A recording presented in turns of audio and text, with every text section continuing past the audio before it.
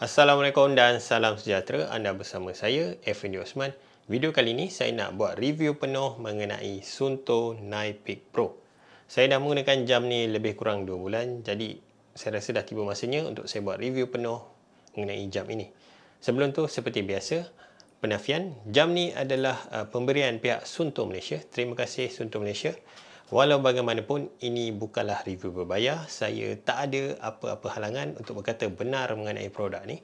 Selain itu juga, video ini tiada sebarang suntingan atau tapisan daripada mana-mana pihak sebelum anda semua dapat menonton di YouTube channel saya. Untuk memudahkan anda, saya yakin video ni akan panjang.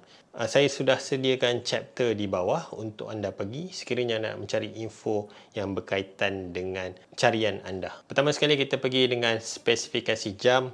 Untuk size skrin adalah 1.2 inci berbanding dengan Suunto Nike baru 1.3. Saya dapat rasakan jam ni dia punya skrin tu sedikit kecil. Kalau nak buat aktiviti, kadang-kadang nak lihat data tu saya perlu rapatkan sedikit berbanding model sebelum ni. Saya harap sangat Suunto akan keluarkan model yang size skrin dia sedikit besar, sebab saya rasa pada masa kini ni orang dah start gunakan jam dengan size skrin yang besar sebab kita nak tengok data dengan lebih mudah semasa aktiviti. Kemudian dia punya reka bentuk. Untuk reka bentuk saya sangat berpuas hati sebab dia nak kata simple tak simple, tapi dia masih mengekalkan DNA Suunto. Ada dia punya ring di bahagian luar ni. Ketahanan dia memang tak boleh disangkal. Saya dah berapa kali tergesel dengan dinding, dengan grill pintu. Setakat ni tak ada calar lagi dekat jam ni. Selain itu juga, untuk pengetahuan anda semua, saya tak pernah menggunakan tempered glass pada mana-mana jam tangan Suunto yang saya pakai. Saya sangat yakin dengan sapphire glass jam dia. Setakat ni pun memang tak ada calar langsung pada jam ini. Okey, kemudian kita pergi pula kepada fungsi smartwatch pada Suunto Nipeak Pro ni. Jam ni boleh menerima notifikasi daripada telefon. Selain itu juga, yang saya suka, dia boleh cancel call terus daripada jam.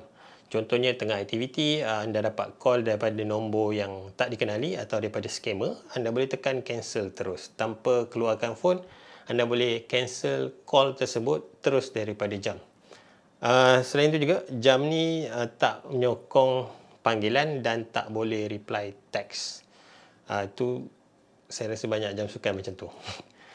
Seterusnya kita pergi pula kepada fungsi kesihatan. Okey, jam ni ada optical heart rate monitor di mana anda boleh gunakan widget heart rate untuk mengesan anda punya bacaan heart rate. Selain itu juga dia ada SpO2 sensor. Anda boleh gunakan untuk mengesan kandungan oksigen dalam darah anda. Akan tetapi SpO2 ni hanya terhad untuk widget sahaja. Dia tak ada integrasi dengan sleep tracker atau aplikasi lain buat masa ni.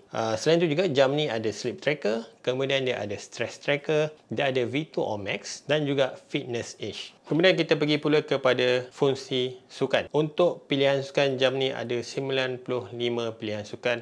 Majoriti semua sukan yang kita biasa lakukan ada. Cuma saya nak tambah dekat sini, dia ada juga pilihan sukan fishing, hunting, dancing dan juga mermaiding. Akan tetapi, buat masa ni tak ada lagi pilihan sukan jump rope atau skipping. Sekiranya anda nak buat aktiviti ni, anda boleh gunakan pilihan sukan kardio sahaja. Seterusnya, fungsi navigasi. Okey, jam ni ada breadcrumb navigation, dia ada POI, point of interest, boleh load GPS file di dalam jam.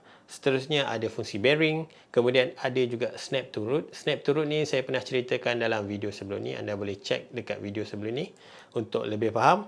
Kemudian jam ni juga ada kompas.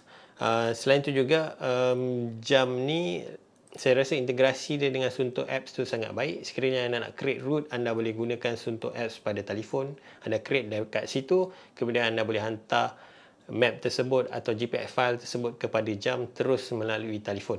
Akan tetapi buat masa ni Suunto tiada lagi fungsi Topo Maps. Masih lagi pada fungsi sukan.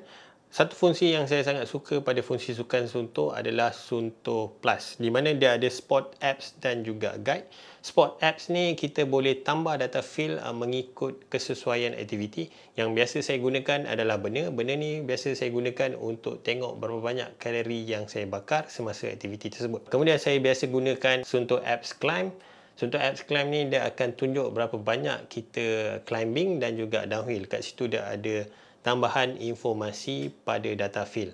Dia sangat memudahkan untuk melakukan aktiviti lah. Bila mana kita ada tambahan data field, kita boleh analisa kita punya aktiviti tersebut dengan lebih mudah. Seterusnya Suunto Plus Guide. Yang ni saya rasa baru-baru ni masih MMTF, diorang ada create satu guide, race guide yang relate dengan event tersebut. Masa MMTF hari tu, saya gunakan Suunto Guide untuk acara 25 km. Di mana Suunto Guide ni dia akan beritahu berapa jarak checkpoint seterusnya. Selain itu juga, tak silap saya, dia ada informasi elevation, distance dan juga apa lagi ya, saya tak berapa ingat. Tapi benda ni sangat bagus. Saya harap sangat Suunto Guide ni dia bagi custom pada pengguna. Maksudnya, kalaulah event tu bukan Suunto taja, kita masih boleh gunakan atau kita boleh create Suunto Guide ni secara manual untuk kegunaan sendiri.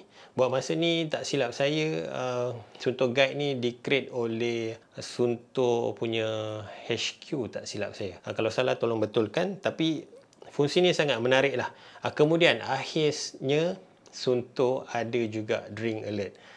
Kalau sebelum ni, saya rasa tak ada. Tapi diorang dah create satu Suunto apps untuk drink alert.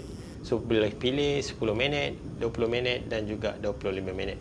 Okey, seterusnya jam ni juga ada alert. So, kalau nak buat MAF atau nak training berdasarkan heart rate, anda boleh gunakan alert pada jam. Seterusnya, Suunto Nypeak Pro menyokong wristband running power. Ni dah jadi trend sekarang kan, training with power. Anda tak perlukan port tambahan untuk dapatkan bacaan power. Seterusnya kita pergi pula kepada ketepatan GPS untuk Nypeak Pro. Okey, dekat sini kita ada 3 device, iaitu Nybaro, Nypeak Pro dan juga Suunto apps daripada telefon. Kalau tengok dekat sini, warna biru adalah Suunto Nybaro, Suunto apps adalah warna kuning dan Suunto Nypeak Pro adalah warna merah. Okey, ini dah start ada bangunan tinggi, tapi kalau nak kata jauh sikit daripada laluan saya lari. Kalau nampak dekat sini, Suunto Nybaro, warna biru ni dia dah start ke tepi sedikit, dia dah macam kacau. Ni Suunto apps menggunakan telefon dengan Suunto Nypeak Pro okey saja di tengah jalan, cantik. Okey saja dekat laluan dia. Kemudian kalau anda nampak dekat sini, saya zoom sedikit. Ini adalah bangunan tinggi. Kawasan bangunan tinggi, ni bangunan tinggi, sini bangunan tinggi. Kalau nampak dekat sini warna merah, Suunto Nypeak Pro, dia punya GPS maintain pada laluan yang okey. Kemudian Suunto apps pada telefon pun okey juga. Cuma dekat sini saya nak tunjuk Suunto Nybaro, dia terganggu. Nampak ni, GPS dia terganggu. Tapi untuk Nypeak Pro, cantik. Dekat sini kita boleh nampak lah kebaikan chipset terbaru yang menyokong ke semua satelit pada satu masa. Dia punya bacaan tu lebih stable lah. Kalau dekat sini, ni nampak juga Suunto Nybaro pun terganggu warna biru ni. Kemudian di hadapan ni, di Tamarin Square, bangunan tinggi juga. Anda boleh nampak Nypeak Pro pun okey saja. So, saya boleh katakan untuk ketepatan GPS, untuk Suunto Nypeak Pro ni dia lebih baik berbanding model sebelum ini.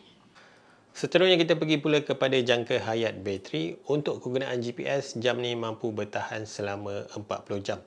Penaik tarafan yang baik. Kalau sebelum ni Suunto Nypeak hanya mampu bertahan sekitar 25 jam untuk aktiviti GPS. Kemudian untuk jangka hayat bateri untuk smartwatch, jam ni boleh bertahan selama 21 hari. Selain itu juga, jam ni menyokong fast charging. Untuk 10 minit punya pengecasan, saya rekodkan kenaikan dia sekitar 30%. 30% 10 minit sangat baik.